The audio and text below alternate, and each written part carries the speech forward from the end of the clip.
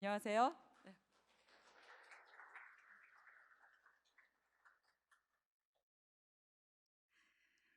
오늘 이 뜻깊은 세미나에 함께 할 수 있어서 정말 기쁘고 영광스럽게 생각을 합니다. 오늘 이 세미나는 외교부와 한국외국어대학교 공동 주관으로 대면 그리고 비대면의 복합 방식으로 준비가 됐습니다. 먼저 국내 발표자들께서는 이렇게 현장에 나오셔서 대면으로 저와 함께 눈을 마주쳐주고 계시고요. 또 중미 국가에서는 화상으로 멀리 하지만 또 함께 참여를 해주고 계십니다. 또 중미 국가 회원국 외교부와 시카 사무국 그리고 현지에 있는 우리 대사관 여러분들께서도 온라인으로 실시간 참여를 해주고 계셔서 총 6개 채널에서 13개국이 지금 함께하고 있는 세미나로 시작을 하고 있습니다. 그럼 지금부터 시카 출범 30주년 기념 한중미 지역 신협력 비전 세미나를 시작하겠습니다.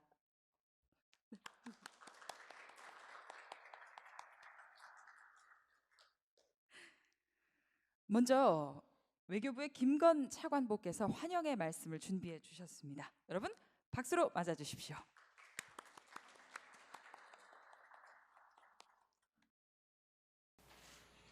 Hola, ¿cómo están ustedes? Es un gusto saludarles desde 세울. 코로나19의 확산과 긴 시차로 인해 화상으로 시간을 내기도 어려운 여건입니다. 그럼에도 불구하고 오늘 한중미 지역 신협력 비전 세미나에 성공적 개최를 위해 참석해 주셔서 깊이 감사드립니다. 벨리즈, 과테말라, 엘살바도르, 온두라스, 코스타리카, 파나마, 도미니카 공화국, 외교부 및 보건부 등 관계기관 참석자분들 그리고 IDB와 시카 측의 참여를 환영합니다. 중미국가 우리 공관장님들, 국내 발표자분들 그리고 한국 외국어대학교 관계자분들께 감사드립니다. 중미 지역에는 단결이 힘을 만든다는 격언이 있습니다. 이 격언대로 1991년 설립된 시카는 1821년 중미 독립과 1823년 수립된 중앙아메리카 연방공화국의 정신을 계승하고 있습니다. 이를 통해 시카는 영내 통합과 발전을 주도해오고 있습니다. 2021년 중미 독립 200주년과 시카의 창설 30주년을 미리 축하드립니다. 내외 귀빈 여러분, 현재 전 세계는 코로나19라는 전대미문의 위기에 직면해 있습니다. 글로벌 보건 위기에는 글로벌 차원의 협력과 대응이 절실합니다. 이러한 차원에서 문재인 대통령께서는 지난 5월 제73차 WHO 세계보건총회 및 9월 제5차 UN 총회에서 모두의 자유를 실현하기 위한 국제연대와 협력의 실천을 촉구하셨습니다. 우리나라는 코로나19 발생 초기부터 개방성, 투명성, 민주성의 핵심 가치를 기반으로 국제협력과 연대를 통해 코로나19에 대응해 왔습니다. 중미 지역과도 우리의 방역 경험을 공유하고 마스크, 진단 키트 등 긴급하게 필요한 물품도 힘 닿는 대로 지원하였습니다. 중미 국가들도 시카를 통해 코로나19 확산에 대한 긴급 대응책을 수립하고 방역 물품을 공동 구매하였습니다. 또한 코로나19 경제 위기 대응에도 공동으로 노력해 왔습니다. 이러한 덕분인지 중미 국가들은 비교적 경제 피해를 최소화할 수 있을 것으로 전망됩니다. 시카를 통해 형성되어 온 중미 국가들 간의 신뢰와 연대의 정신이 연대의 정신의 그 결실이라고 생각합니다. 내외 귀빈 여러분, 이렇듯 우리는 국제 협력이 중요한 시기에 와 있습니다. 이러한 시기에 시카 창설 30주년을 기념하여 한 중미 지역의 신협력 비전 세미나가 처음으로 서울에서 개최되는 것을 매우 뜻깊게 생각합니다. 한국과 중미 국가들은 60여 년 이상 우호 협력 관계를 발전시켜 왔습니다. 1980년대 섬유 봉제 분야에서 시작된 경제 협력은 2018년 한중미 FTA 체결로 이어졌습니다. 1996년 제1차 한시카 정상회의 이래 확대된 한시카 협력은 올해 한국의 까베이 가입으로 가일층 강화되었습니다. 포스트 코로나 시대에는 이러한 신뢰 관계와 협력 기반을 바탕으로 하는 새로운 협력 비전이 필요합니다. 저는 이러한 비전을 마련하고 추진해 나가는 데 있어 세 가지 사항이 중요하다고 생각하고 있습니다. 첫째, 2021년 중미 독립 200주년과 시카 창설 30주년이라는 역사적 계기에 고위급 교류를 적극 추진해 나가야 되겠습니다. 한국과 시카는 1997년 이래 12차례 대화 협의체를 개최하였습니다. 이를 통해 정무, 경제통상, 개발협력 등 제반 분야에서 협력을 논의해 왔습니다. 앞으로도 한시카 대화 협체를 통해 중미 지역의 경제 사회 발전을 위한 구체 협력 방안을 협의해 나가기를 기대합니다. 둘째, 중미 지역과의 맞춤형 협력을 통해 동반 성장의 이상적 협력 모델을 만들어 나가기를 희망합니다. 중미가 필요로 하는 인프라, 디지털 분야 협력 수요와 한국이 강점을 가지고 있는 정보통신, 산업기술 분야를 접목할 수 있을 것입니다. 셋째, 한국과 중미 국가들의 협력을 양 지역을 넘어 글로벌 무대로 확대해 나가야 합니다. 한국과 중미 국가들이 협력하여 코로나19로 인한 경기 침체와 기후 변화와 같은 글로벌 도전 과제에 적극 대응해 나가기를 희망합니다.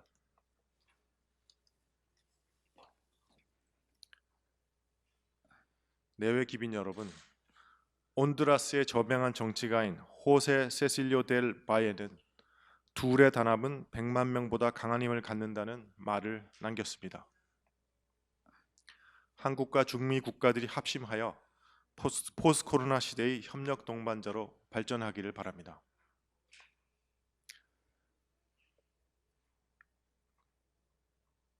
끝으로 중미 국가들이 그간 국제 무대에서 한반도 평화 프로세스 등 한국의 입장을 적극 지지해 주신 것에 대해 깊이 감사드립니다.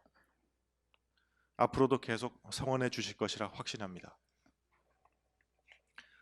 특히 한국의 유명희 통상교섭본부장은 지난 25년간 통상 분야에서 갈고 닦은 전문성을 바탕으로 전체 WTO 회원국들의 이해와 이익을 대변할 최적의 후보자입니다. 유 본부장이 차기 WTO 사무총장에 선출될 수 있도록 중미 국가들이 최종 라운드에서도 적극 지원해 주시기를 간곡히 당부드립니다. 감사합니다. Muchas gracias.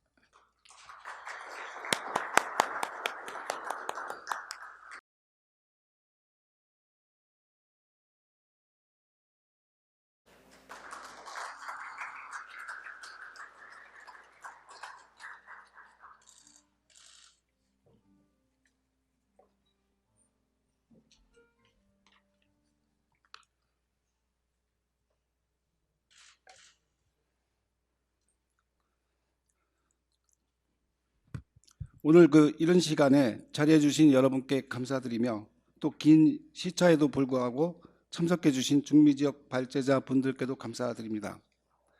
오늘 여러 전문가들의 의견을 듣기에 앞서 그간의 한 중미 간 협력 성과와 함께 저희가 구상 중인 협력 비전을 말씀드리고자 합니다. 한국과 중미 국가들은 전통 우박으로서 우호 협력 관계를 꾸준히 발전시켜 왔습니다. 수교 10여 년 전인 한국 전쟁 당시에 많은 중미 국가들이 한국을 지원해 왔습니다. 1962년 대다수의 중미 국가들과 수교한 이래로 고위급 교류를 활발히 진행해 왔습니다.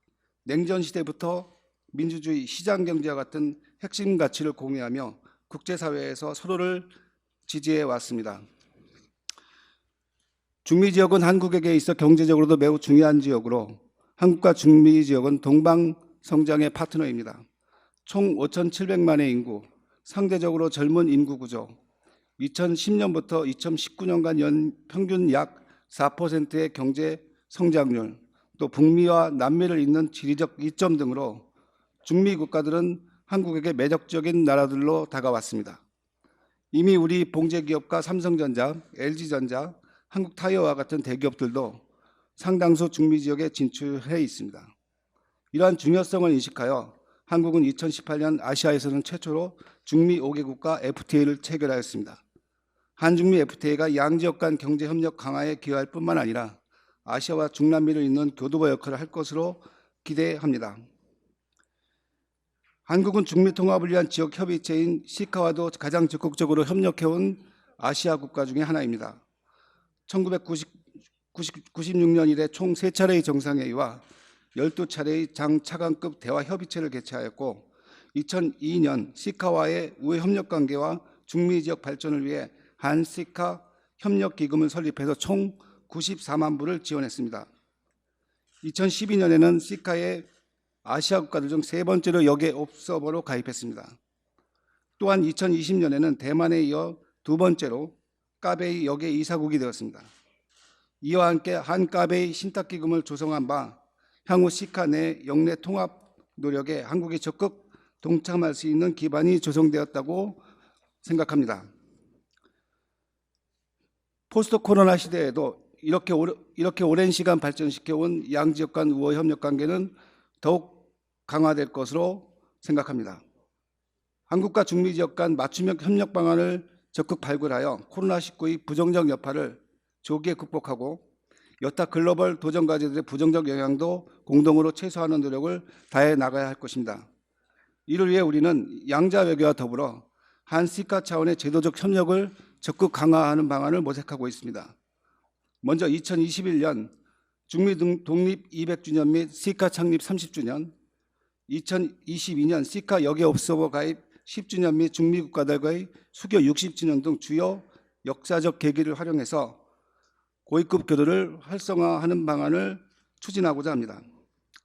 아울러서 보건의료, 인프라건설, 친환경, ICT, 인적자원 개발 등 시카의 통합 5대의 목표를 연계한 실질 협력 사업을 적극 발굴해서 중미 지역의 통합과 경제 사회의 발전에 우리나라도 적극 동참해 나가고자 합니다.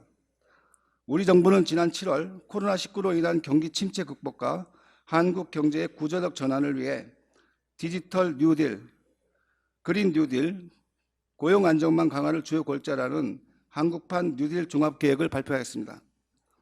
우리의 한국판 뉴딜 종합계획과 시카의 지역 환경 전략 프레임워크 에스트라테히아 레히오날 암비엔텔 마르코와 디지털 지역 전략 에스트라테히아 레히오날 디지털 등 주요 전략과도 연계 가능할 것으로 생각합니다. 한중미 FTA와 한까베이 신탁기금 등 이미 조성된 협력 기반을 바탕으로 이러한 실질 협력이 더욱 효과적으로 추진해 나가기를 바랍니다. 국제 무대에서는 한국과 중미 국가들이 연대하여 글로벌 도전 과제에 함께 대응해 나가야 할 것입니다. 양 지역이 함께 목소리를 내어 민주주의, 시장경제, 다자주의와 같은 핵심 가치의 증진과 포용성이 강화된 국제 협력을 주도할 수 있기를 희망합니다. 오늘 우리가 구상한 한중미 협력 발전 방향을 발표자분들과의 논의를 통해 더욱더 구체화하고자 합니다. 오늘 세미나가 한중미 간의 협력 강화와 새로운 출발점이 되기를 기대하면서 다시 한번 오늘 한중미 관계 협력 비전 논의를 위해 시간을 내주신 여러분께 감사드립니다. 이상입니다. 감사합니다. 한국외국어대학교 국제지역대학원 김원우 원장님께서 사회를 맡아 진행을 해 주시겠습니다. 지금부터는 이제 저도 잘 귀 기울여서 이 단상에서 해주시는 말씀을 듣도록 할 텐데요. 네, 자리가 잠깐 이동을 하고 있군요. 좋습니다. 한국외국어대학교 국제지역대학원 김원호 원장님을 앞으로 모시겠습니다. 박수로 환영해 주십시오.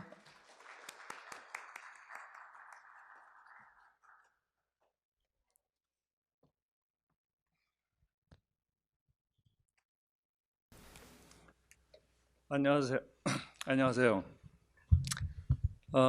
거의 올해 1년 동안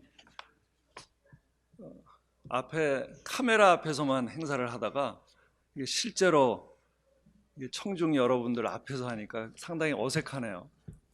오늘 행사 포맷이 그 언어별로 채널이 다르다고 해서, 온라인 채널이 다르다고 해서 저는 한국어로 계속 진행을 하도록 하겠습니다. 오늘 온라인으로 이 행사를 보시는 분들을 위해서 잠시 설명을 좀 드리면, 지금 이 자리는 우리가 화상 행사 겸 또 현장 행사, 우리 하이브리드 행사로 진행되고 있습니다. 다행히도 한국의 코로나 경계 상황이 얼마 전까지 2단계에 있다가 지금 1단계로 낮추어진 덕이라고 생각이 되는데요. 이 자리에 외교사절을 포함해서 약 50분 정도의 청중이 이 행사를 함께 하고 있습니다.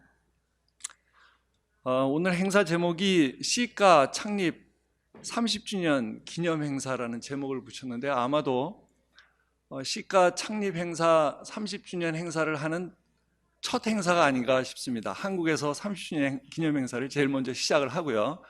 아까 국장님께서도 말씀하셨지만 내년이 이제 30주년입니다만 한국에서 축하하는 의미에서 첫 행사를 개최하는 데 상당히 의미가 있다고 생각이 됩니다. 국장님께서 한국과 중미 지역의 관계에 대해서 여러 가지로 설명을 해주셨는데, 우리 한국 경제가 수출주도 성장을 이루면서 1980년대에 와서 처음으로 경상수지 흑자를 기록하게 됩니다. 그 이전까지는 만성 적자 기조였고요. 80년대 중반에 와서 흑자 기조를 이제 이룩하기 시작해서 그 이후로 대체적으로 경상수지 흑자를 보고 있는데, 그래서 1980년대 후반에 오면 이 균형을 맞추기 위해서 해외로 한국 기업들이 많이 나가서 투자를 하도록 독려를 하게 됩니다. 그때 한국 기업들이 당시 1980년대 국제 통상 환경을 활용해서 많이 진출했던 지역이 바로 중미 지역입니다. 과테말라, 온두라스 등등 중미 지역 국가로 많이 진출해 있습니다. 또 얼마 전에 한국이 이제 중미 경제 통합은행에 정식으로 가입이 돼서 이제 올해부터 공식화 됐습니다만, 한국이 지역 개발에도 참여를 하고 있고, 또 중미 5개 국가와 우리가 FTA를 맺어서 자유무역 협정을 맺게 돼서 아시아 국가로서는 처음으로 중미 국가들하고 자유무역 협정을 운영하고 있습니다. 여러 가지 측면에서 한국과 중미 간에는 관계가 긴밀한 그런 상황이다라고 다시 한번 강조드리고 싶습니다. 오늘 첫 세션은요, 여러분들 프로그램을 통해서 잘 보셨겠습니다만 중미 경제 환경이라는 측면에 초점이 맞춰져 있고요. 발표자로 세 분을 모셨는데요. 제가 먼저 간략하게 세 분의 프로필을 간략하게 먼저 설명을 드리고 그 다음에 한 분 한 분 발표를 하도록 하겠습니다. 첫 번째 발표는 아르놀도 로페스 마르몰레호 박사님인데요. IDB의 미주개발은행의 수석 이코노미스트고 멕시코 사무소에서 근무하고 계십니다. 마르몰레호 박사님은 전에 멕시코 중앙은행에서도 근무하셨고, 또 멕시코 그 스페인 은행인 베베우베아 지사에서도 근무를 하셨습니다. 그리고 텍데 몬테레이 공과대학의 경제학 법학 공부를 하시고 바르셀로나 자치대학에서 경제학 박사를 하신 분입니다. 두 번째 발표하실 분은 알레한드로 솔리스 마르티네스 꼬미스카 사무총장이신데요. 꼬미스카는 중미 도미니카 공화국 보건장관회의의 약자인데요. 꼬미스카의 사무총장으로 계시고, 그에 앞서서 니카라구아 정부의 보건부 기획개발국장을 역임하신 바 있고요. 니카라구아 국립자치대학에서 공공보건 석사학위 하시고 또 사회과학 박사학위를 하셨습니다. 세 번째 발표하실 분은 오늘 이 자리에 직접 모셔서 우리가 발표를 듣겠는데요. 현재 한국개발연구원 KDI 국제개발협력센터의 정책자문실장을 맡고 계신 방호경 박사님이십니다. 방호경 박사님은 그에 앞서서는 대외경제정책연구원 KIEP에서 오랫동안 동북아 지역 연구를 해오셨었고, 방 박사님은 중앙대학교에서 경제학 박사학위를 받으셨습니다.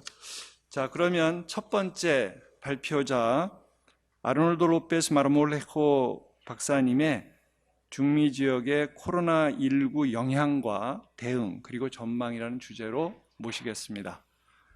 Señor Marmolejo.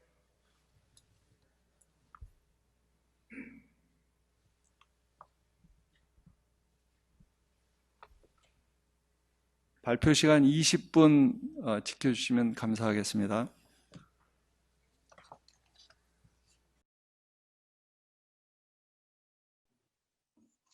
잘 보이고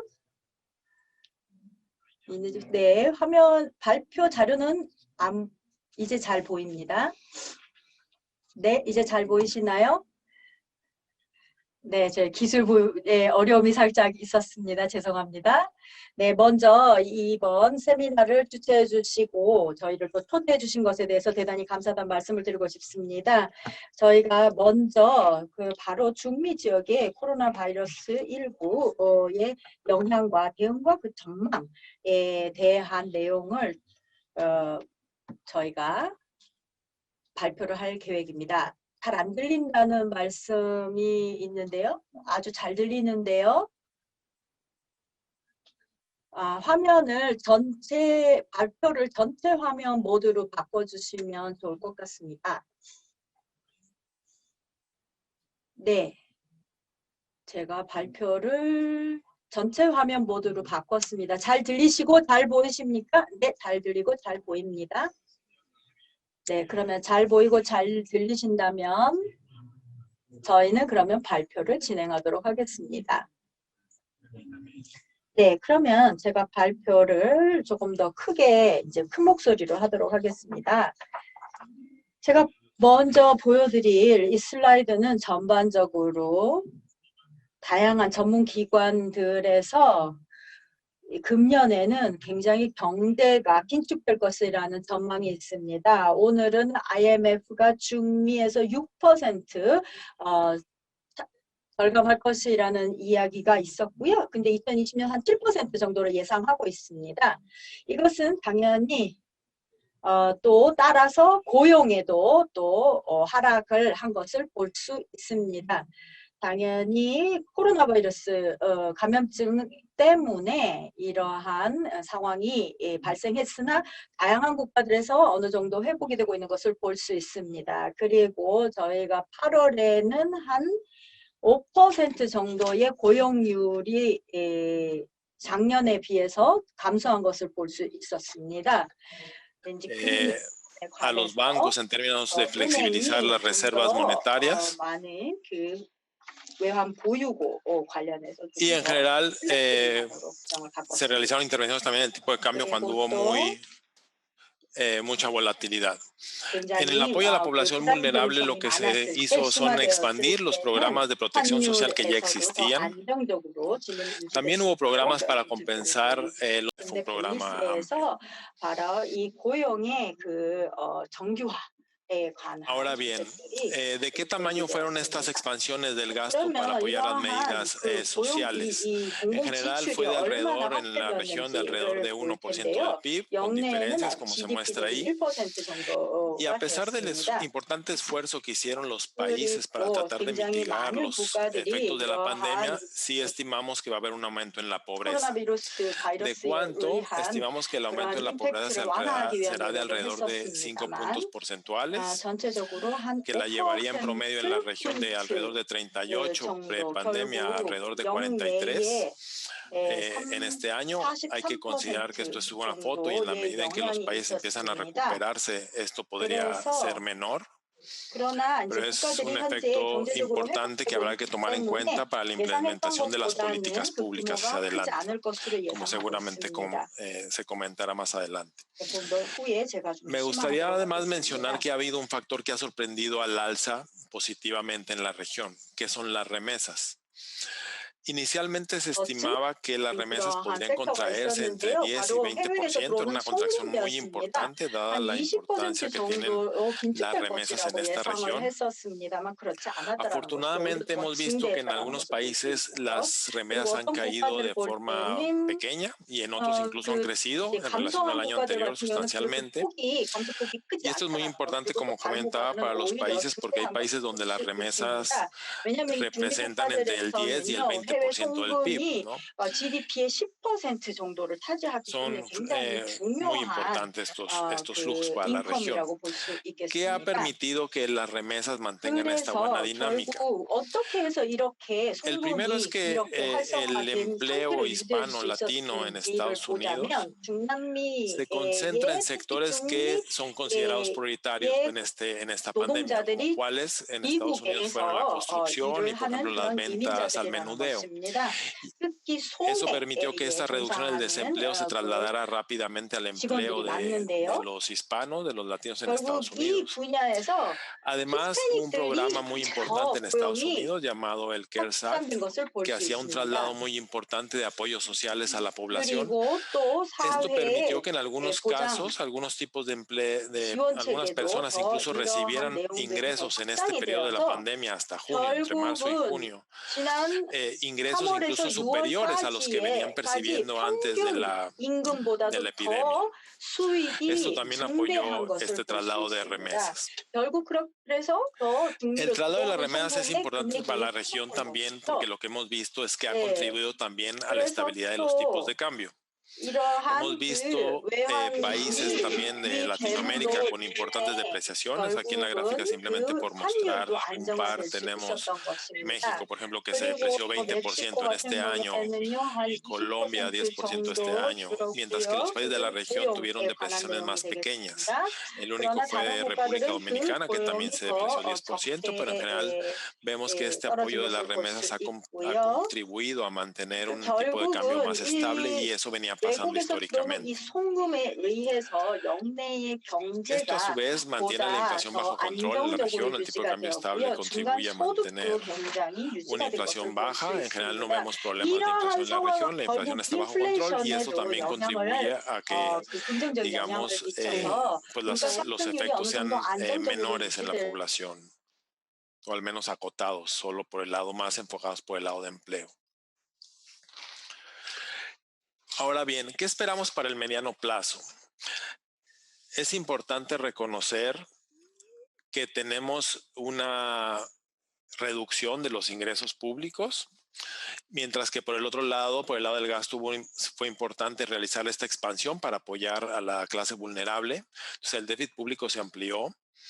Y esto, aunado a que ya en los últimos 10 años el gasto público, el déficit público venían ampliándose, esto ha llevado ya los niveles de deuda pública en algunos países de la región a niveles que limitan un poco el espacio fiscal para apoyar un proceso de crecimiento basado en el gasto público. Por lo tanto, ¿qué tipo de políticas debemos implementar? O cuando pensamos en una política de reactivación, ¿qué debemos tener en mente?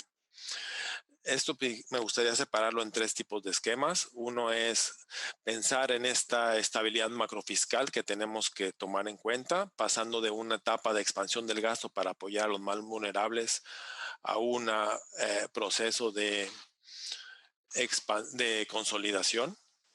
Por otra parte, es importante fortalecer la red de protección social, que la epidemia mostró los rezagos que existían.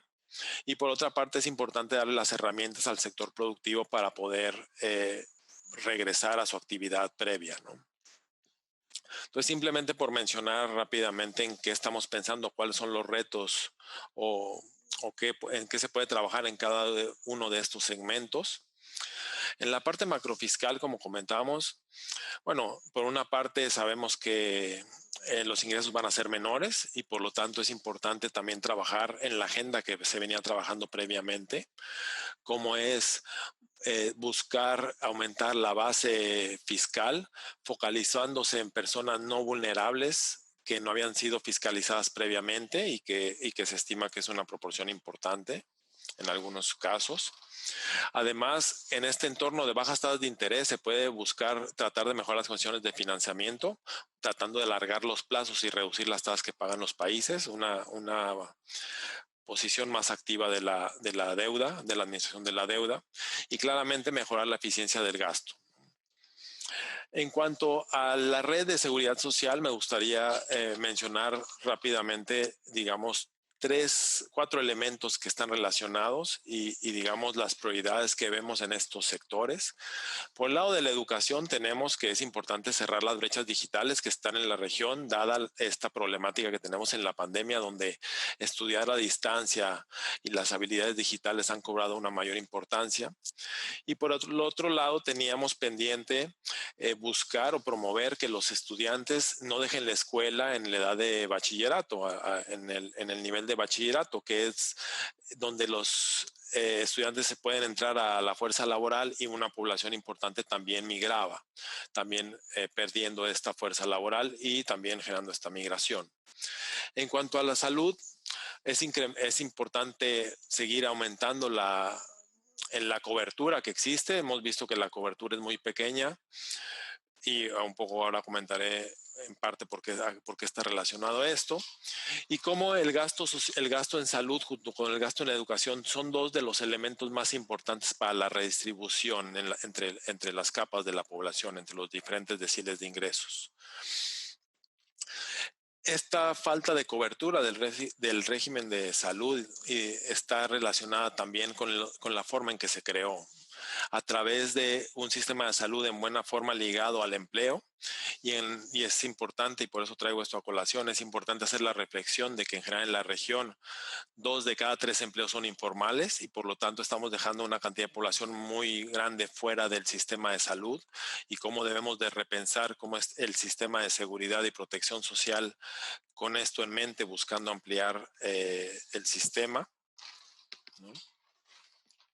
Es decir, reevaluar el contrato social, es una forma en que se ha venido manejando últimamente.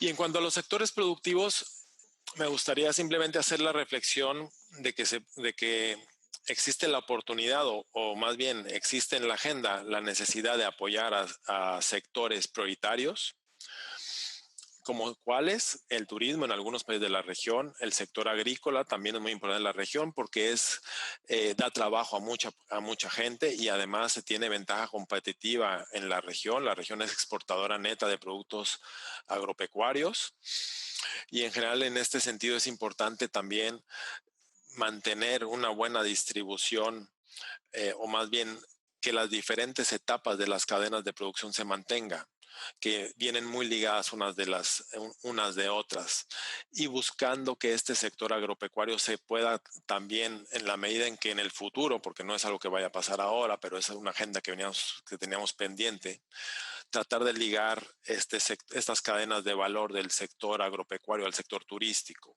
que tendrá que esperar obviamente dado la problemática en el sector. Además, se ha venido reflexionando como una oportunidad para la región las cadenas globales de valor.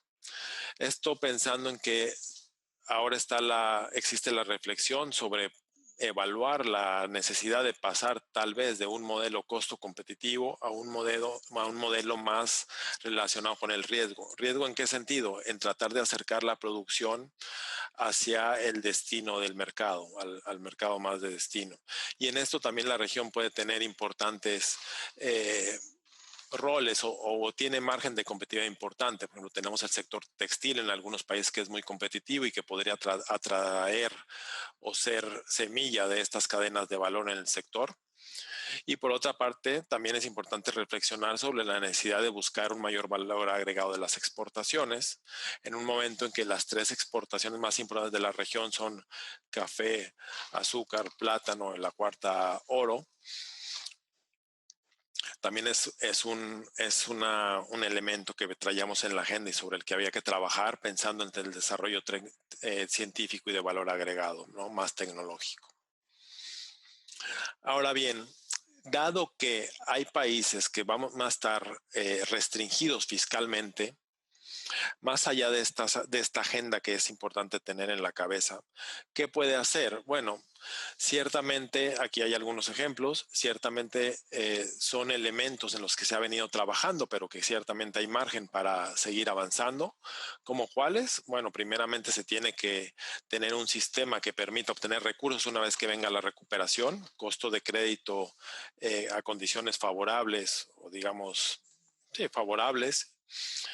También es importante seguir trabajando la agenda de proyectos público-privados. Varios países incluso pasaron leyes, estaban en proceso, todavía no hay tanta experiencia en la región.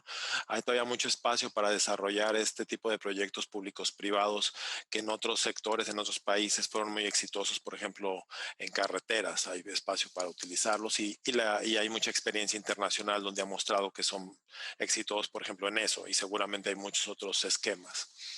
También es importante mejorar el ambiente de negocios, simplificar y digitalizar procedimientos, mejorar regulaciones, crear incentivos para la formalización, como comentábamos previamente, como un elemento estructural en la región, y desarrollar capacidades para el mundo digital, como ya veníamos comentando, dadas las características que existe actualmente, ¿no? Y seguir trabajando en la integración regional, donde se ha venido trabajando mucho en la parte, y seguro comentarán más adelante, en la parte de salud, en la parte de infraestructuras, en la parte de electricidad. Es importante, todavía vemos que hay mucho espacio para seguir trabajando en la integración regional, ¿no? Ahora bien, es importante reconocer que los países han tomado una actitud activa en buscar planes o en realizar planes para la reactivación económica. Aquí me gustaría mencionar que en general los países que ya han empezado a implementar planes de recuperación estiman destinar alrededor del 2% del PIB en estos planes de reactivación. Ahí hay tanto líneas de crédito para apoyar la recuperación, pero también la ampliación de las transferencias y otros tipos de apoyos para la población vulnerable. Se pueden organizar estos tipos de planes, digamos, en 3 tipos de elementos: apoyo al sistema productivo, apoyo a través del gasto público y a través de la provisión de crédito. En el sistema productivo, en cuanto al apoyo en el sistema productivo, hemos visto que los países buscan apoyar sectores, como veníamos comentando previamente, sectores estratégicos como el turismo o las cadenas globales de valor, pero también se busca mejorar el ambiente de negocios y el uso de la tecnología. Algunos países que tienen margen, buscan margen fiscal, buscan también tratar de ampliar el gasto en infraestructura. A otros países han extendido ya los programas sociales ya no solo hasta junio, sino hasta diciembre. Y han mantenido algunos incentivos fiscales, sobre todo a las pequeñas empresas. Además de tratar de trasladar crédito tanto a través de los bancos privados como los bancos públicos. Me gustaría simplemente hacer la reflexión y terminar con esto sobre políticas favorables que ya los gobiernos han venido implementando y nombrar algunos ejemplos. En cuanto a apoyar a los sectores estratégicos, se han venido desarrollando protocolos de bioseguridad en diversos países. Tenemos el caso de Belice, donde los protocolos son muy estrictos, por ejemplo, en el control de aeropuerto, y han desarrollado corredores seguros entre el aeropuerto y hoteles certificados. República Dominicana ha hecho lo propio, también desarrollando protocolos de bioseguridad en el turismo muy detallados y por sector. En Panamá los protocolos de bioseguridad son muy estrictos en los vuelos, siendo un hub de las aerolíneas. Y tenemos otros ejemplos. En la parte de ambiente de negocios y digitalización, vemos cómo Belice, toda esta pandemia, Belice hizo un esfuerzo por tratar de avanzar en su agenda digital de gobierno. Tenía una agenda y la aceleraron. ¿Qué frutos dio esto? Uno fue que todo el programa de subsidios al empleo lo trasladaron en línea. Todo el proceso se puede desarrollar en línea y fue bastante amplio el proyecto y lo implementaron de forma adecuada. En Guatemala se está trabajando para digitalizar todos los procedimientos de registro en el registro en los procesos administrativos, en los registros mercantil y en el registro de la propiedad intelectual. Además, se busca también reducir los trámites administrativos para la operación de negocios. Están buscando aprobar una ley que llaman antitrámites que va en este sentido.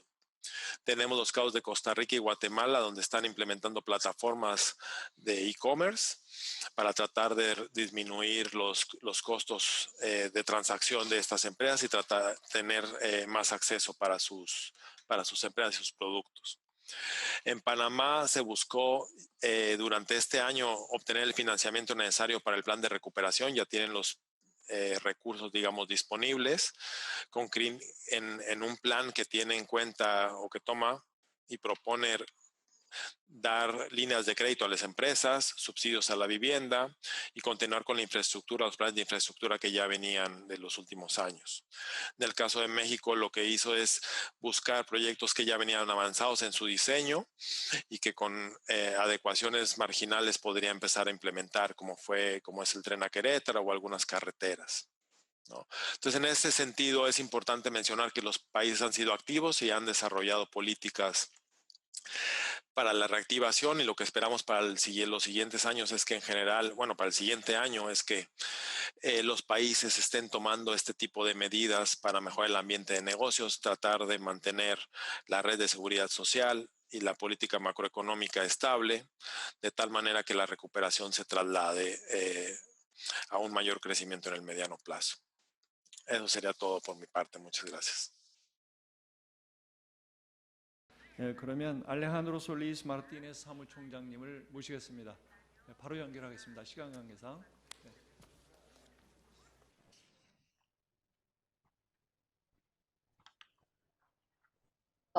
감사의 말씀 전해드리고 싶습니다.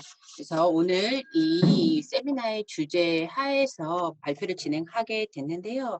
특히나 한국의 외교부 관계자 측에 감사를 드리고 싶고요. 한국 외대 측에 감사를 드리고 싶습니다. 제 발표는 기본적으로 4가지 중요한 부분을 담고 있습니다. 따라서 국가보건 시스템의 위기와 관련된 내용이고요. 중미가 이러한 위기에 대해서 코비드-19 사태에 대해서 어떤 대응을 해왔는지 공유를 하도록 하겠습니다. 발표를 공유를 드리는데요. 우리 입장에서는 아주 중요한 것이 여러분과 함께 우리의 경험이 어땠는지를 말씀드리고 싶습니다. 도미니카 공화국 중미에서 어떻게 코비드-19에 대응을 했는지 4가지로 나누어 봤습니다. 첫 번째는 현황이고요. 두 번째로는 대응이고요. 세 번째로는 우리 국가 보건국 시스템 전망, 도전 과제, 그리고 마지막으로 국제협력, 필요 예상 분야에 대한 순서로 발표를 하겠습니다. 첫 번째로 현황에 들어가도록 하겠습니다. 현황에서 중요한 것은 10월 13일 현재 약 코로나 확진 사례가 3,700만이고요. 사망 자수가 100만을 넘어섰습니다. 그리고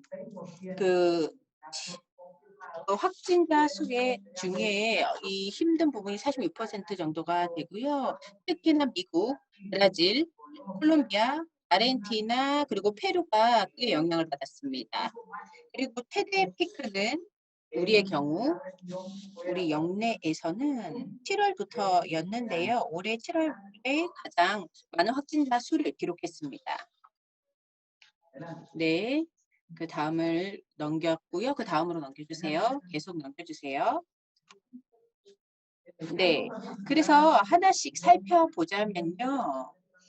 중미 국가들 중에 50만 명 이상이 코로나 확진 사례로 이렇게 판정이 됐고요.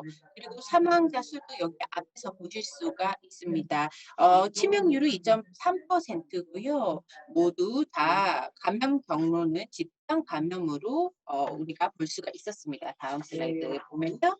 아까 말씀드렸듯이 확진 사례 중에 7월에 가장 최대 피크에 달했다는 것을 결정에 달했다는 것을 보실 수가 있습니다. 그래서 약간 산 모양으로 이렇게 그래프가 형성이 되어 있는 걸 보실 수가 있는데요. 따라서 우리 영내에서 어떻게 코로나 사태가 진행이 되어 왔는지 알 수가 있습니다. 또 여기에서도 보시면요. 사망자 수에 있어서도 7월에 최대치를 찍었습니다. 네, 그 다음 또 넘겨주세요. 네, 다음으로는요, 우리 영내에서 어떻게 코로나 사태에 대응을 했는지 설명드리겠습니다. 3월 12일 우리가 우리 북미의 보건장관인 코미스카에서 합동으로 대응을 하게 되었습니다. 그래서 영내 중미 대통령들의 그러한 정치적 의지 하에서 이루어진 것인데요. 이러한 긴급 위기 사태에 대한 대응을 만들기 위해 우리 보건부들에서 다양한 정치적, 전략적 도구를 활용해 우리 보건 분야에 있어서 통합적으로 대응하기 위한 노력을 우리가 개진했습니다. 그래서 공공보건 그리고 어떻게 우리 국가적으로 그리고 초국가적으로 그리고 지역적으로 어떻게 협동해서 일을 할지에 대한 내용을 결정을 했습니다. 그리고 우리 시각에서 봤을 때 어떠한 이러한 통합적인 대응이 어떤 부가가치가 있을까요? 네 가지로 나눠볼 수가 있겠습니다. 첫 번째로는요, 합의, 일치에 기반한 보건 관련된 의사결정이 우리 시가 회원국에 있어서 아주 큰 도움이 됐다는 것입니다. 두 번째로는요, 바로 분야 간의 다양한 분야 간의 합동으로 이러한 보건과 관련된 문제를 해결했다는 그런 가치가 만들어졌고요. 세 번째로는요, 우리 보건기관이라는 것을 더 강화할 수 있는 그런 계기가 되었습니다. 효과적이고 아주 고품질의 서비스를 제공할 수가 있게 된 것이죠. 마지막으로는요, 모두 함께 집단으로 그리고 합의된 그러한 사항을 가지고 전략적인 기술적 대응을 제안을 했다는 것입니다. 그래서 보건부가 주도가 되어서 다양한 공공정책, 보건과 관련된 공공정책을 만들었다. 이것이 바로 네 번째 가치가 되겠습니다. 제가 방금 말씀드린 것을 비추어 봤을 때요. 현재 우리가 올 3월부터 코로나 사태를 겪고 있습니다. 이 문제 해결하기 위해 위기 대응 계획을 가지고 우리가 국가 차원에서뿐 아니라 우리 영내에서 코로나 사태에 대응하기 위해 다양한 노력을 기울이고 있다는 것이 중요한 것 같습니다. 이뿐 아니라 정부 최고 직급의 공무원들이 함께 모여서 함께 선언문을 발표를 했는데요. 대통령도 참여를 했습니다. 그래서 대통령 차원에서도 세 가지 요소를 중점으로 두고 우리가 협동을 하기로 했습니다. 그래서 뭐 경제라든가 보건 아니면 서로 의사소통 그리고 협력 이러한 다양한 계획들을 세워 함께 협동을 하기로 했습니다. 이러한 우리는 사실 과거에 가격과 관련해서 뭐 의약품 조달에 있어서 컬렉티브 버게닝이라는 집단 조달, 대규모 조달이라는 걸 가지고 우리가 그 제약 업체들과 함께 가격 협상을 했습니다. 이러한 장점이 있었고요. 합동해서 일을 했을 때 따라서 필요한 물품들을 보다 효율적으로 조달을 할 수가 있었습니다. 그중 하나가 방호복이었고요. 이것이 집단으로 다 함께 가격 협상을 통해 61% 기존 표준 가격 대비 61% 가격으로 조달이 가능했습니다. 따라서 더 많은 수량을 구매를 할 수가 있었다는 그러한 성공 사례를 말씀드리고 싶습니다. 또 다른 중요한 대응으로는 바로 부문 간의 그러한 협동이었습니다. 특히 영내 경제 부분에 있어서 이러한 노력이 중요했는데요. 우리가 그 바이오 세큐리티와 관련해서 뭐 이동이라든가 수화물 집하라든가 이런 모든 과정에 있어서 안전과 관련해 한 가지 물품을 영내 국가 간에 이송을 하고 배송을 할 때 바이러스의 확산을 막는 방식으로 할 수 있도록 우리가 지침을 세워서 그 지침 하에 함께 효과적으로 일을 해왔습니다. 이는 코비드 확산 제어를 하는 데도 도움이 됐고요.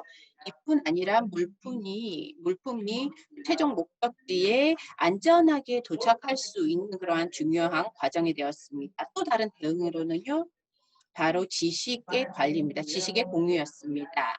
이러한 지식에서에 있어서는 우리가 경험을 공유하고 통합적으로 어떻게 팬데믹을 관리할지 이렇게 지식을 공유했는데요.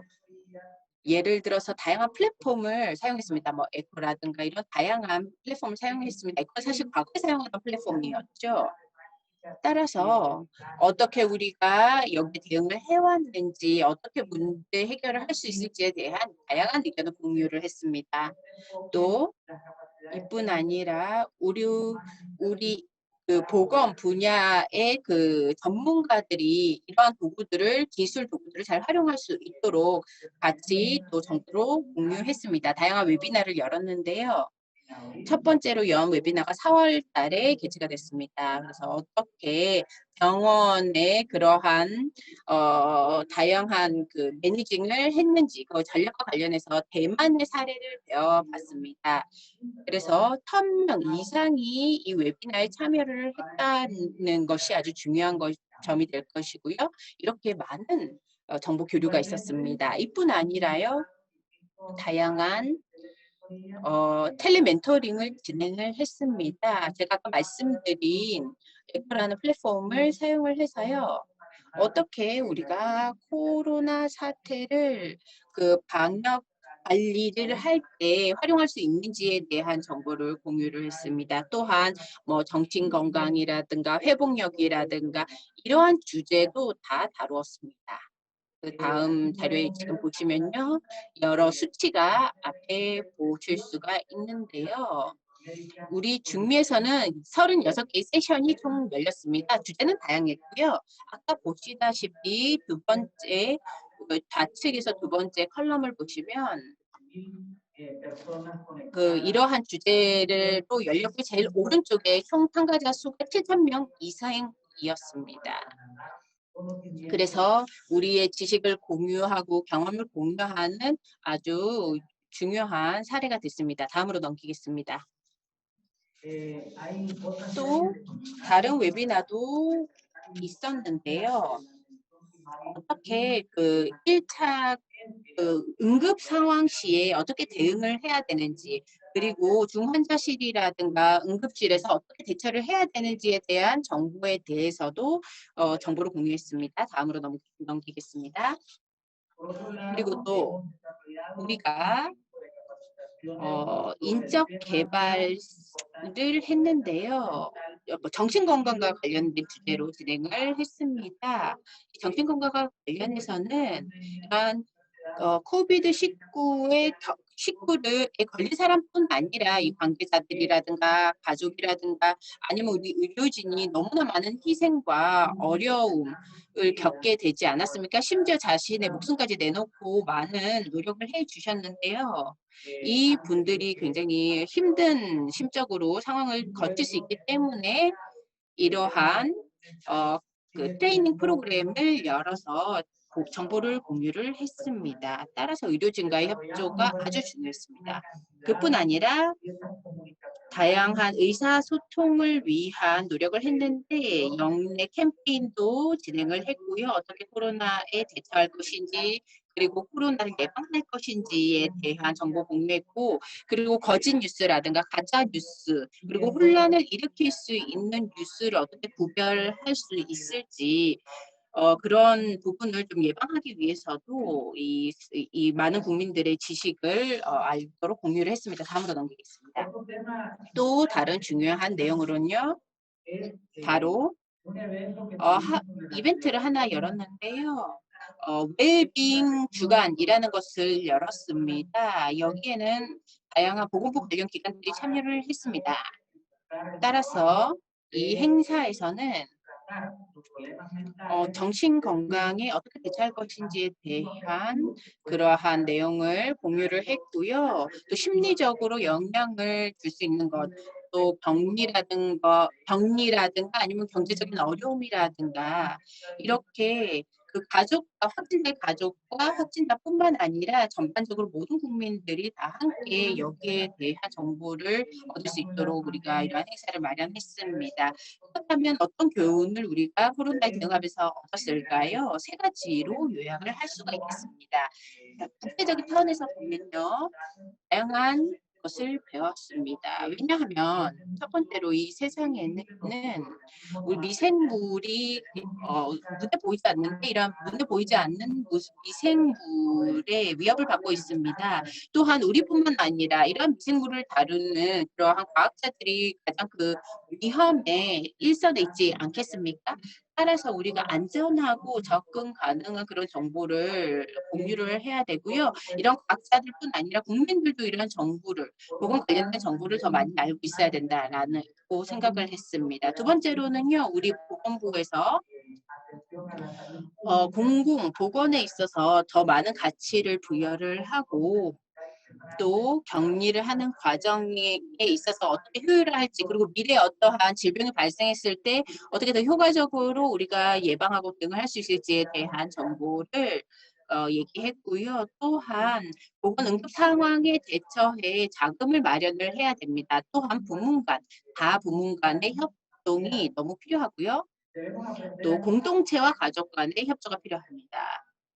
그래서 우리의 시간을 함께 가족들과 더 많이 좋은 시간을 보내도록 하고 우리의 사랑과 애정을 우리 이웃들과 나누고 표현을 하고 친구들에게 표현을 하고 감사의 마음을 표현을 하는 것도 중요하지 않을까 생각합니다. 이뿐 아니라 가족들과 함께 공존을 하면서 이런 바이러스가 쉽게 없어지지는 않겠지만 우리가 그 속에서도 힘을 얻어서 서로 이겨내야 된다라는 점을 강조하는 것이 중요하다고 생각합니다. 네, 다음으로 보면요.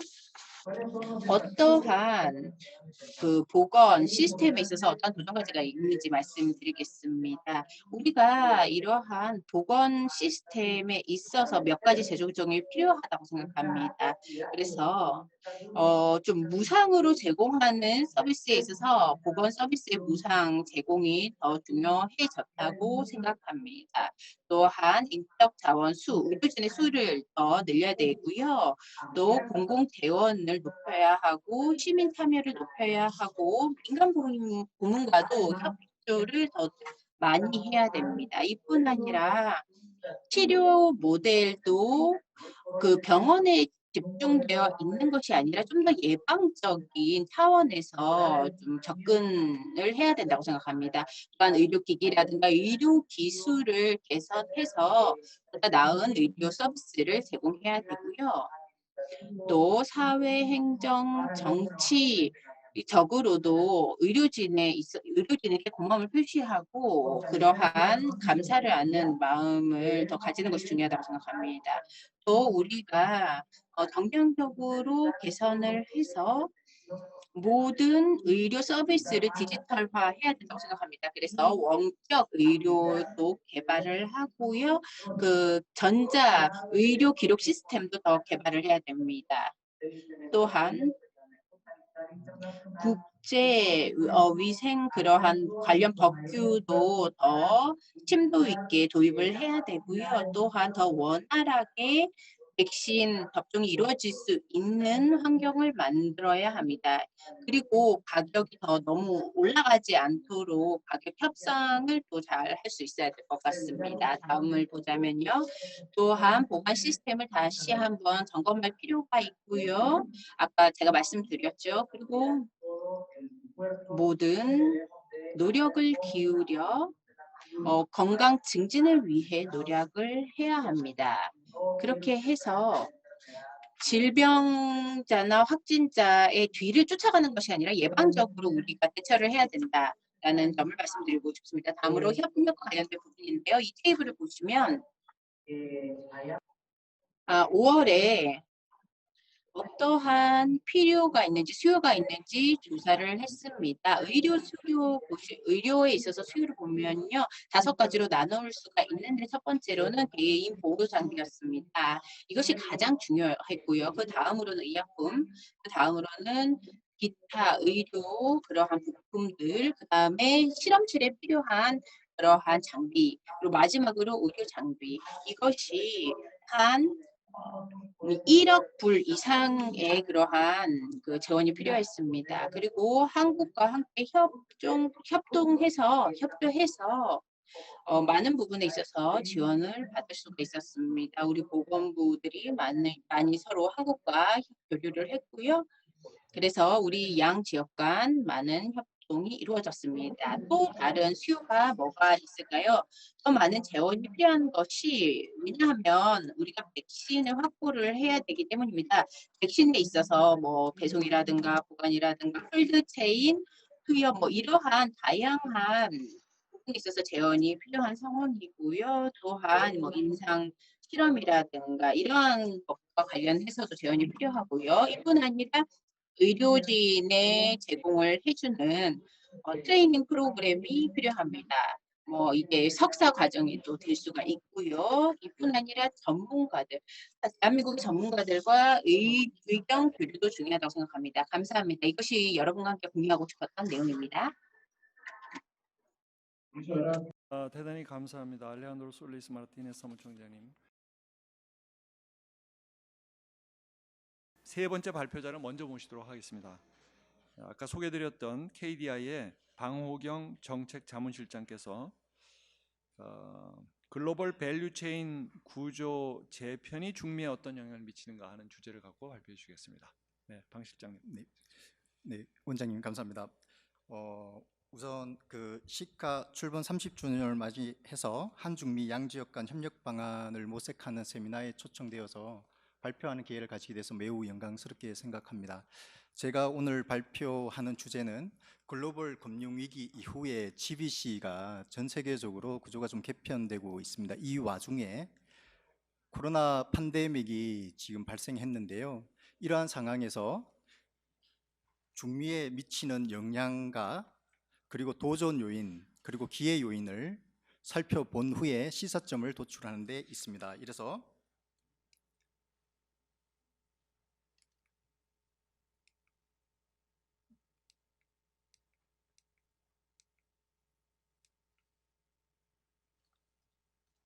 크게 6가지 부분에 대해서 제가 오늘 발표를 하도록 하겠습니다. 우선 GBC 개념 및 최근 특징을 간략하게 살펴보고요. 이러한 GBC 특징에서 코비드-19가 GBC에 미칠 영향을 가늠하겠습니다. 그 이후에 시카 8개국의 총액 무역 및 GBC 특징을 살펴보고 코비드-19가 시카 8개국 GBC의 잠재적 영향을 파악해 보도록 하겠습니다. 이후에 포스트 코로나가 시카 8개국의 GBC에 주는 위기 및 기회 요인을 살펴보고 시사점을 도출 한번 해보도록 하겠습니다.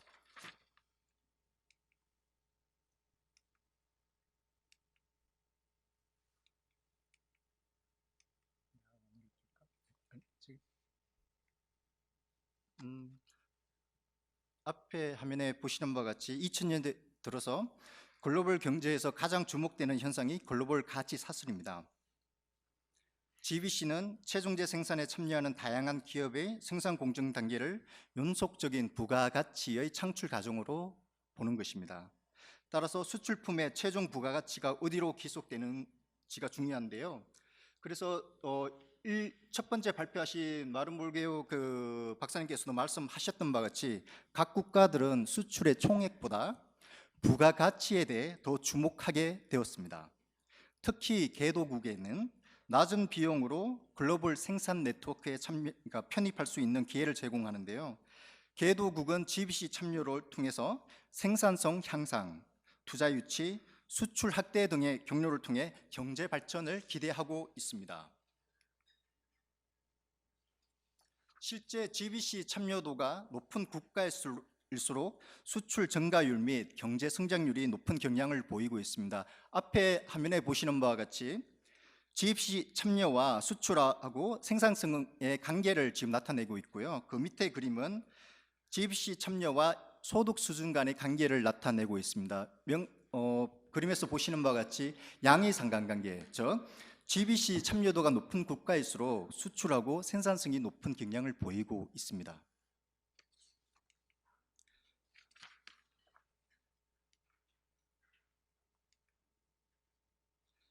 그런데 2008년 글로벌 금융 위기 이후에 GBC는 둔화 추세를 보이고 있습니다.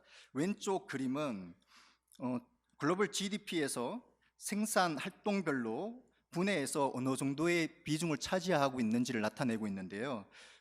글로벌 금융위기 2008년 이전에 보시면 순수하게 국내에 생산하는 데 투입되는 부가가치는 하락 추세를 보이고 있습니다. 반면에 GBC는 다시 이제 심플 GBC하고 컴플렉스 GBC로 나눠지는데요. 전반적으로 상승하는 추세를 보이고 있습니다. 심플 GBC는 해당국의 최종 소비 제품 및 서비스를 위해 사용되는 중간재 무역을 의미하고요. 복합 GBC는 해당국에서 제조되어서 제3국에 수출하기 위해 사용되는 중간재 무역을 의미합니다.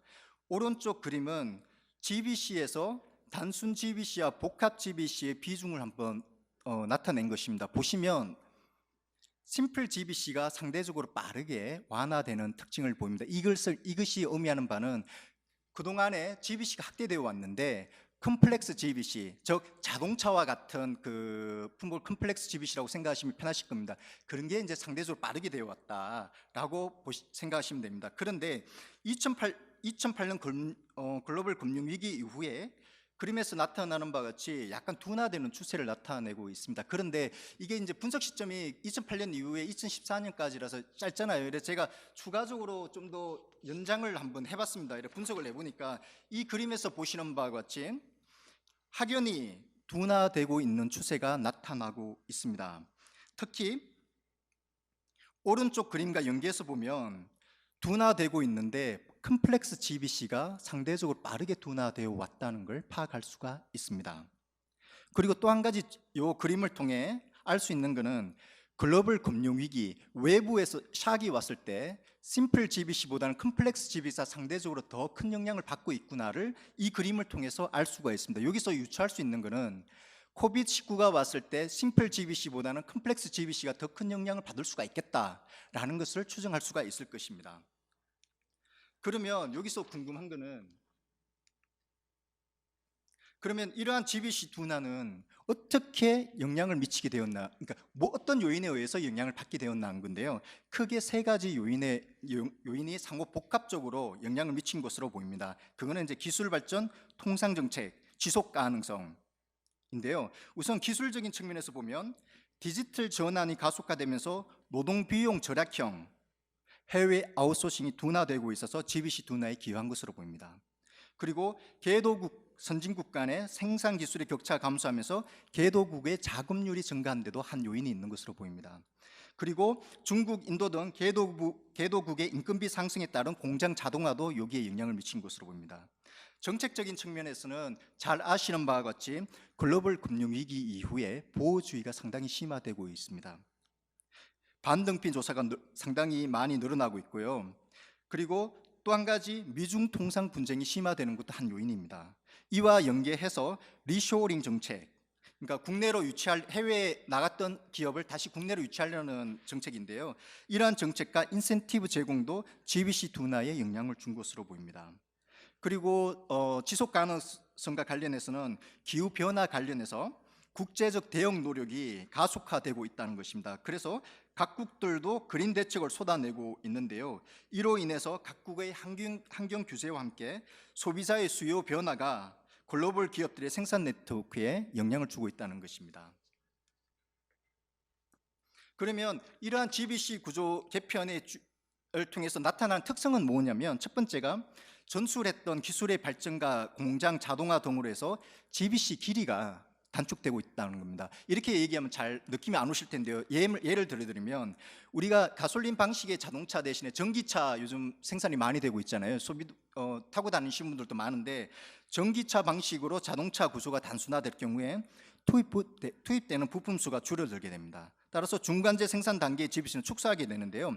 실제 맥킨지의 보고서에 따르면 전기차가 가솔린 자동차보다 최대 10% 정도 이제 부품이 감소할 것으로 보인 바 있습니다. 이에 따라서 중간재 무역이 감소하고요. 해외 투자 목적도 생산 비용 증가에서 그러니까 생산 비용 절감을 위한 효율성 추구의 FDI보다 시장 추구형, 예를 들어서 시장이 풍부한 그 근처에로 이제 투자를 기업을 옮기려고 하는 유인이 이제 증가하게 된다는 겁니다.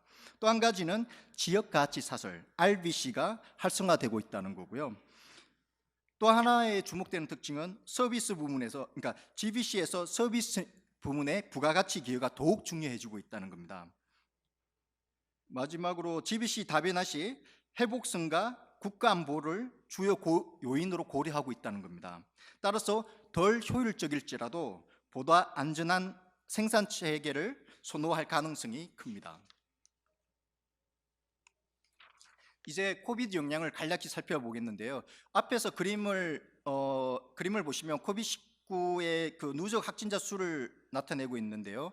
이를 보면 신규 감염자 수가 여전히 전반적으로 증가하는 추세라는 걸 알 수가 있습니다. 이에 따라서 전 세계 주요국 정부는 아래 그림 9와 그림 10을 보시면 국내 혹은 국외 이동을 제한하는 국가의 현황을 나타내고 있는데요. 좀 더 지나면 지날수록 이동이 좀 더 제한이 크다라고 보시면 될 것 같습니다. 그래서 국내 혹은 국외 이동을 엄격히 제한하는 국가가 많고요. 근데 재밌는 것은 경제 활성화를 위해서 봉쇄를 완화할 경우에 바이러스가 더욱 확산되는 경험을 우리가 목격하고 있고요. 또한 강력한 봉쇄로 바이러스 확산을 막을수록 경제는 더 침체되는 봉쇄의 역설 현상도 나타나고 있습니다. 코비드19는 GBC 기업의 생산에 악영향을 주고 있는 것으로 보입니다. 왼쪽 그림에서 보시는 바와 같이 전 세계 상품 무역은 2020년 2분기에 전기 대비 14.9% 감소했고요. 오른쪽 그림은 전 세계 주요 무역 대상국 46개국을 대상으로 봤는데요. 중국을 제외한 나머지 45개 국가는 다 마이너스 증가세를 기록하고 있습니다. 이제 이러한 여건하에서 C가 8개국의 여건을 한번 보도록 하겠습니다. 여기는 우선은 크로스 트레이드, 그러니까 총액 무역인데, 그러니까 부가치 무역의 개념, 그러니까 GBC가 활성화되면서 부가치 무역에 대별되는 개념으로 크로스 트레이드, 일반적으로 많이 하는 총액 기준의 무역입니다. 이를 보면 왼쪽 그림은 역내 무역 비중 추이를 나타내고 있는데요. 우선 실선이 역내 무역 비중의 추이를 나타내고 있고, 막대 그래프가 C가 8개국의 전 세계 무역을 나타내고 있습니다. 이 그림을 통해서 파악할 수 있는 것은 C가 회원국의 대세계 무역 규모가 늘어날 경우에 역내 무역 비중이 줄어들고 대세계 무역 규모가 줄어들 경우에 역내 무역 비중은 늘어나는 특징을 나타내고 있는데요. 이는 C가 8개국이 여개국에 대한 무역 의존도가 큼을 의미합니다. 근데 오른쪽 표를 보시면 여개국의 무역 의존도는 미국에 대해서 상당히 큰 것을 파악할 수가 있습니다. 니카라과 같은 경우에는 총 수출에서 미국의 비중이 63.7%를 차지하고 있습니다. 오른쪽 그 표는 이제 수입 대상국을 나타내고 있는데요. 거의 대부분의 모든 C가 8개국이 미국이 주요 무역 수입 대상국이고, 한 가지 주목되는 특징은 제2위의 수입 대상국이 중국이라는 것입니다.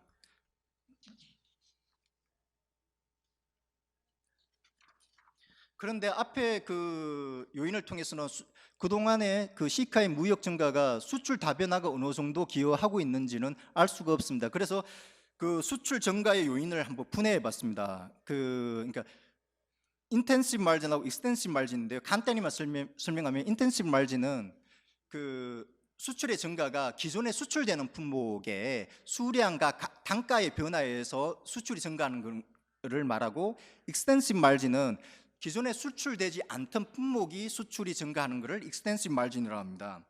그런데 표에서 보시는 바와 같이 인텐시브 마진을 보면 가로 안을 보시면 대부분이 인텐시브 마진에 의해서 수출 증가가 달성되어 온 것으로 나타나고 있습니다. 근데 기존 실정 연구에 따르면 저소득 및 중소득국의 경우에는 수출 증가가 익스텐시브 마진에 의해서 기여가 큰 게 일반적인 특성인데요.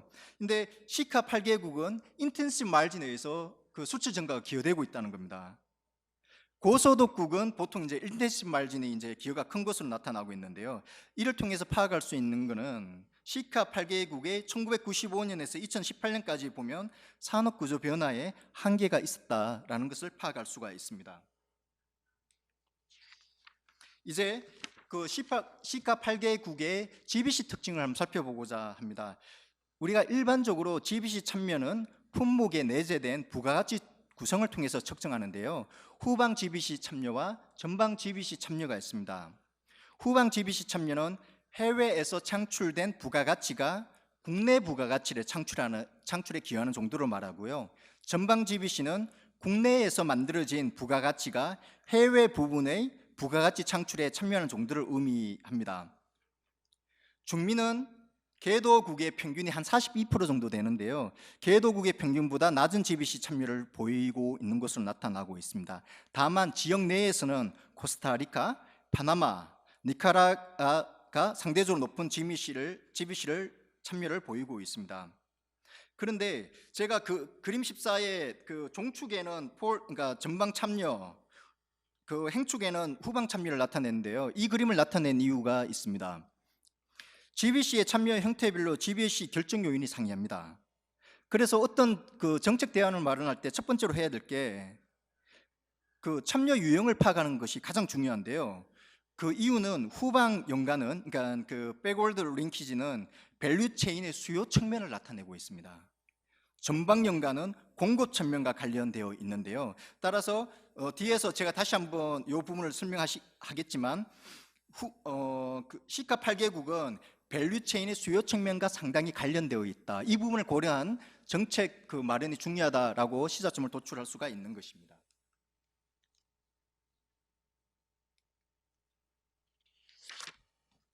이 표는 제가 좀 추가적으로 더 분석을 해봤습니다.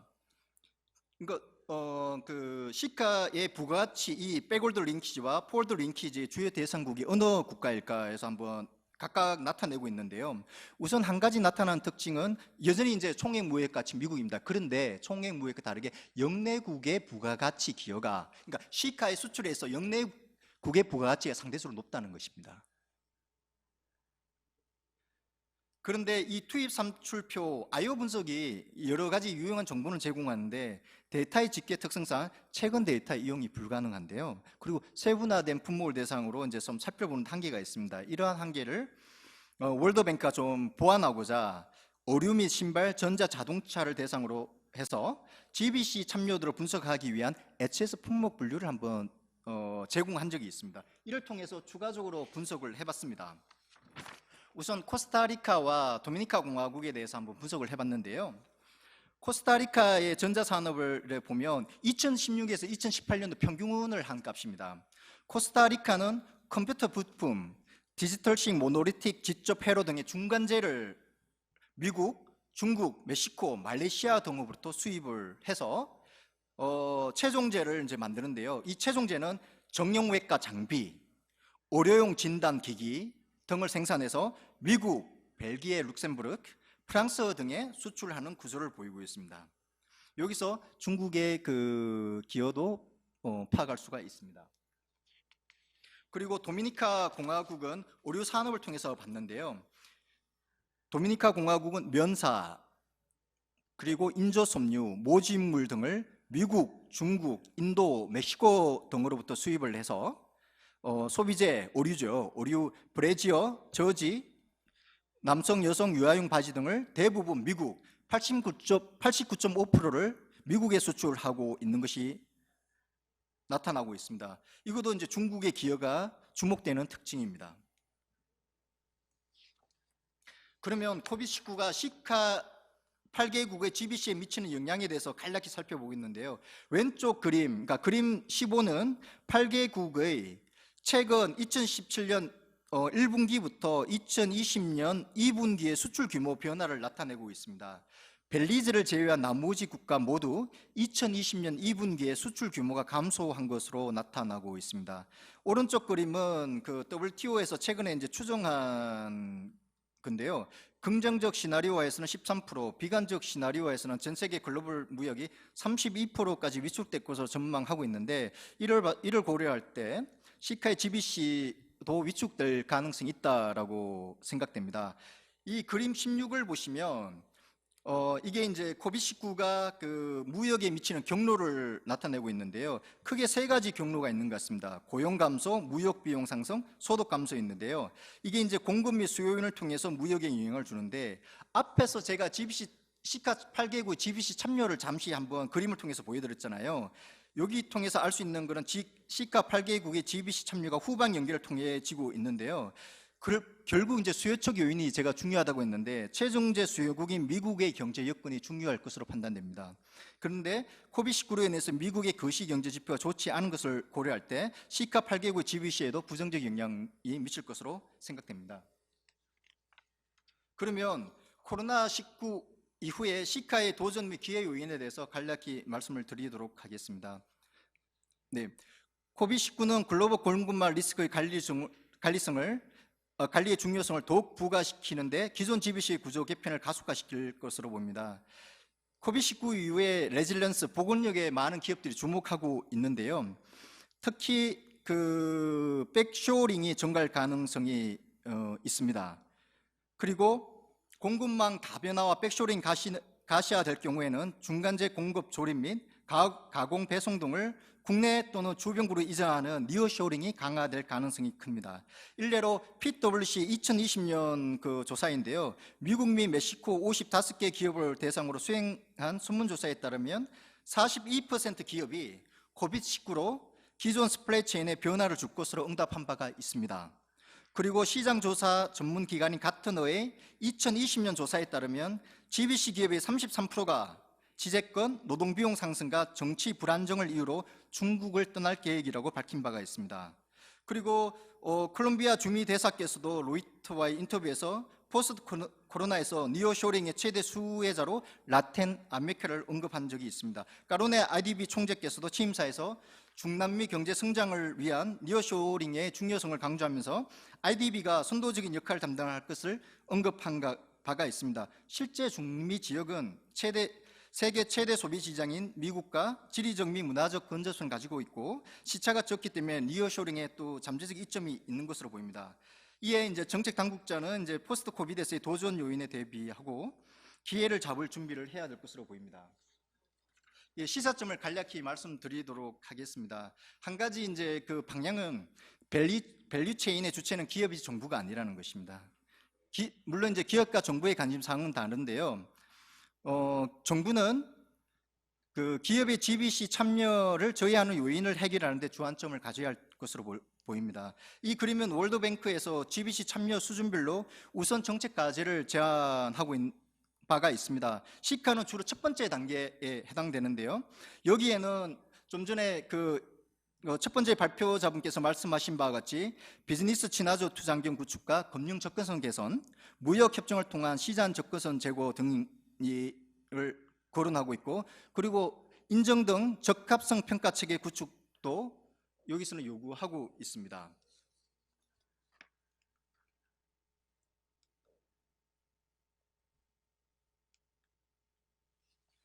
그런데 시카 8개국을 대상으로 미국과 소득 격차가 발생하는 주요 요인을 한번 제가 추가적으로 분석을 해봤습니다. 그런데 이 표에 나타내고 있는데요. TFP가 소득 한 56에서 80%를 설명하고 있는 것으로 나타나고 있습니다. 특히 1990에서 2017년 중 TFP로 인한 소득 격차가 꾸준히 증가해온 것으로 나타내고 있습니다. 벨리즈만 하더라도 26.7%에서 2017년에 74.4%로 증가하는 것으로 나타나고 있습니다. 시카 국가의 GBC 참여에 따른 부가가치 기여를 높이기 위해서는 결국 생산성 개선이 무엇보다 중요한 것으로 나타납니다. 이런 측면에서 TFP 개선을 위한 단중기 마련 전략도 중요할 것으로 보입니다. 특히 GBC 선도 기업과 현지 로컬 기업 간의 연계를 제고할 필요가 있고요. 또 한 가지는 생산성이 낮은 부분에서 높은 부분으로 원활한 노동력 이동도 중요할 것으로 보입니다. 이거는 제가 이 표에서 코스타리카와 도미니카 공화국을 대상으로 한번 분석을 해보니까 노동 생산성 증가의 요인이 주로 산업 내 요인에 이루어졌고 구조 변화를 통한 노동 생산성 증가는 거의 이루어지지 않은 것으로 나타나고 있습니다. 이 분석 결과에 미루어 볼 때 구조 변화를 저해하는 제약 요인을 파악하고 제도적 지원 장치를 마련하는 것은 상당히 중요한 정책 과제로 보입니다. 그리고 이 부분은 그 디지털 그 격차를 해소하자는 의미인데요. 코로나19 시기 비대면 서비스 확산과 방역 과정에서 디지털 기술의 활용 증대는 상당히 중요할 것으로 보입니다. 특히 디지털 전환 가속화는 집시 재편에 영향을 줄 것으로 기대되기 때문에 디지털 무역 친화적인 방향으로 제도 구축이 요구됩니다. 지금부터는 한국과 중미 간 시사점을 간략히 살펴보겠습니다. 앞에 이제 모두에서도 말씀하셨지만 한국과 중미 간에는 2019년 10월 FTA가 부분 발효가 되었습니다. 그런데 FTA 목적에 맞는 경제적 효과를 발휘하기 위해서는 무엇보다 FTA 활용이 중요합니다. 그런데 FTA 특혜 관세를 받기 위해서는 원산지 기준을 우선 충족해야 되는데요. 그런데 원산지 기준은 기업들이 FTA를 활용하는 데 있어서 주요 애로 요인으로 지적되고 있습니다. 한국도 이런 경험을 했었고요. 그래서 한국은 그 한미 FTA 체결과 함께 중소기업의 원산지 증명을 부담 완화시키는 노력을 많이 해왔습니다. 그래서 FTA 활용도 제고를 위해서 FTA 패스라는 무료 원산지 관리 시스템을 만든 적이 있습니다. 오른쪽 그 표에서 보시는 바와 같이 FTA 패스는 2010년 10월부터 서비스를 시작한 이후에 2018년 말 기준에 19,000개 기업이 이용하고 있고 약 1억 1천만 회의 원산지 판정과 24만 7천 건의 원산지 증명서를 발급하고 있습니다. FTA 패스로 인한 중소기업에 대한 원산지 관련 지원 효과는 약 4천억 원, US 달러로 한 3억 5천 정도, 3억 5천만 달러 정도 되는데 그 정도로 지금 효과가 나타나고 있습니다. 또 한 가지는 리어쇼링에 기반한 중남미 생산 네트워크의 형성에 대비해서 한국은 IDB, 까베이, 카프 등 중남미 지역개발은행과 공동으로 리어쇼링 지원 프로젝트를 개발할 필요가 있지 않나라는 생각을 듭니다. 이를 통해서 한국 기업과 중남미 현지 기업의 가치 사슬 참여를 지원할 필요가 있는 것으로 보입니다. 이를 위해서 경쟁 관계가 아닌 상호 보완 관계에 있는 산업 분야에서 협력을 시작할 것도 한번 고려할 필요가 있는 것입니다.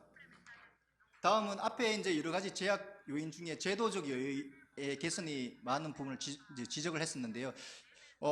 우리 한국이 개도국을 대상으로 해서 한국의 이제 그 정책 경험을 개도국과 공유하는 KSP 프로그램이 있습니다. 2014년부터 운영 중에 있는데요. 지금 현재 84개국가 지금 추진 중에 있습니다. 이 KSP 프로그램의 그 주목되는 특징은 현지 로컬 컨설턴트와 한국 연구자들이 함께 동반으로 해서 현지 특성에 적합한 정책 자문을 제공하는 데 있습니다. 이 KSP 프로그램을 이용해도 적절하지 않나라는 생각이 듭니다. 이상으로 제 발표를 마치도록 하겠습니다. 감사합니다. 네, 수고 많으셨습니다. 중에서 여러 번 끊겼는데 끝까지 잘 발표해 주셔서 감사합니다. 저희가 지금 이미 시간이 10시가 넘어서요. 원래 두 번째 세션 휴식하고 두 번째 세션으로 벌써 들어갔어야 할 시간이기 때문에 질문 답변 시간을 좀 줄여야 될 것 같습니다. 여러분들께서 양해해 주시리라 믿고요. 온라인을 통해서 들어온 질문 중에서 세 분의 발표자께 하나의 질문씩만 저희가 골라서 드리도록 하겠습니다. 그리고 우리 이 현장에서의 질문은 유감스럽지만 안타깝지만 생략하도록 하겠습니다. 양해해 주시기 바라겠고요. 자, 그럼 제가 세 질문을 세 분께 간략하게 설명드리도록 하겠습니다. 마르몰레오 박사님도 준비 다 연결되어 있겠죠. 마르몰레오 박사님께 드리는 질문은 지금 전 세계가 보호무역주의 성향으로 흘러가고 있는데 중미 지역에서도 이 보호무역주의 성향이 나타날 것이냐, 또한 산업정책 방향은 어떻게 될 것이냐 하는 질문이었고요.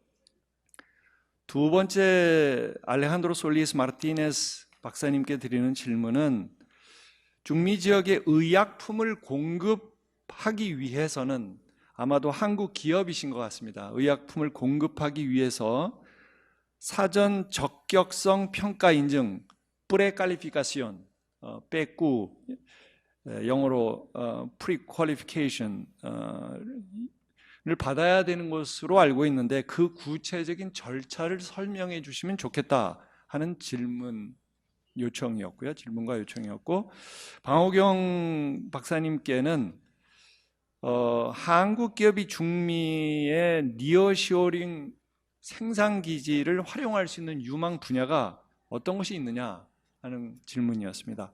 그러면 마르몰레호 박사님부터 간략하게 답변해 주시면 감사하겠습니다.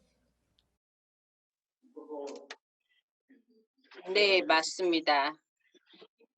제 시각에서 봤을 때 우리 영 내에서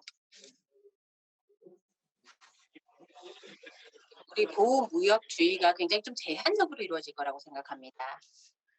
특히나 왜냐하면 우리 영 내에서 작은 국가이기 때문에 많은 노력을 기울여 통합을 위해 노력을 했습니다. 그래서 이 통합을 통해서 조금 더 우리가 스킬을 키워서 더 많은 투자를 확보를 할 수가 있었고요. 규모의 경제를 이룰 수가 있었습니다. 그리고 여러 해 동안 뭐 시카라든가 뭐 그 카베이라든가 이러한 다양한 기관이 수년간 개발이 되어서 더 많은 통합을 이루었습니다. 우리 영내에서. 그렇기 때문에 우리 시민들의 지지도 많고요. 정치적인 지지도 큽니다. 그래 이러한 통합을 향해서 이러한 지지가 크기 때문에 보호무역주의는 굉장히 제한적으로 이루어질 것이라고 생각합니다. 네, 감사합니다. 다음으로 알레한드로 솔리스 마르티네스 박사님 답변해 주시면 감사하겠습니다.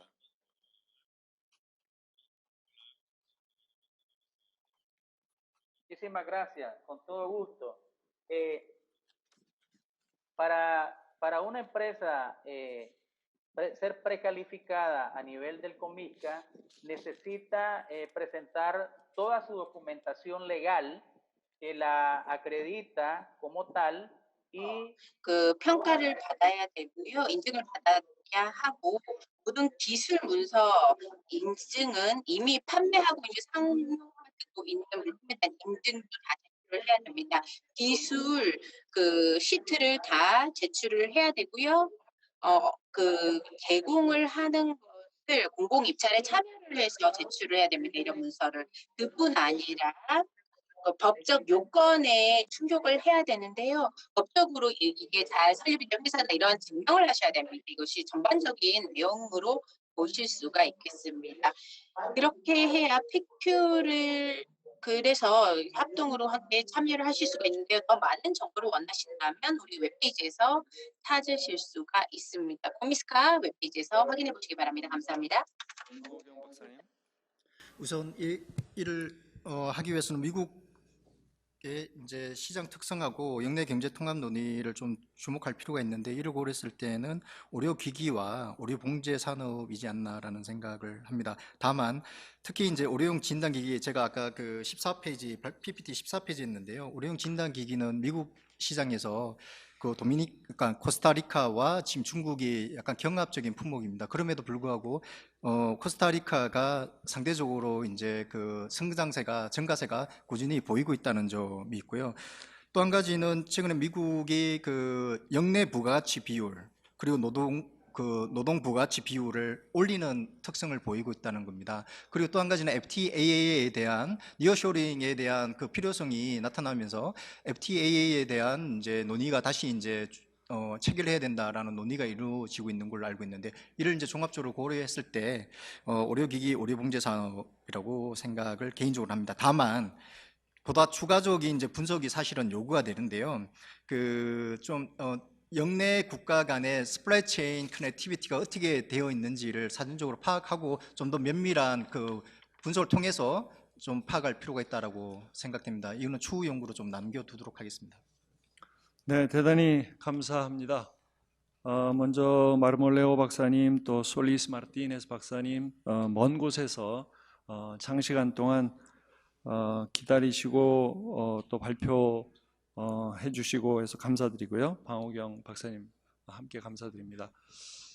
뭐 제가 이것저것 좀 정리를 하고 싶습니다만 워낙 시간이 많이 지체돼서 이 자리에 또 한 50분 정도가 현장에서 지금 행사를 참관하고 계신데 여러 가지로 협조해 주셔서 대단히 감사하다는 말씀드리고 그러면 두 번째 세션에도 온라인에 계신 분들도 계속 연결해 주시고 참관해 주시면 감사하겠습니다. 이것으로 마치겠습니다. 감사합니다. 큰 박수 보내주시기 바랍니다. 네, 말씀하셨다시피 좀 여러 가지 돌발 상황 가운데서도 이렇게 무탈히 진행을 끝마쳐 주신 김원호 원장님 다시 한번 저도 사회자로서 박수 한번 드리고 싶어요. 감사드립니다. 자, 그리고 아직 연결이 끊지 않으셨는지 모르겠습니다. 닥터 마르몰레호 박사님 그리고 방호경 실장님과 말티네즈 사무총장님께도 정말 감사 인사 다시 한번 드리겠습니다. Muchas gracias. Gracias por participar. 네. 발음이 괜찮았나요? 예, 참가해 주셔서 감사합니다. 참 이른 아침부터 여러분과 함께 세미나를 진행해 오고 있는데요. 이제 두 번째 세션을 이어가기에 앞서서 저희 시간이 좀 지체되기는 했지만 그래도 좀 짧게, 아까보다 짧게 한 5분 정도만 휴식 시간을 다시 한번 가지려고 합니다. 로비에 커피와 다과가 마련돼 있으니까요. 좀 짧은 시간 좀 즐겨주시고 잠시 후에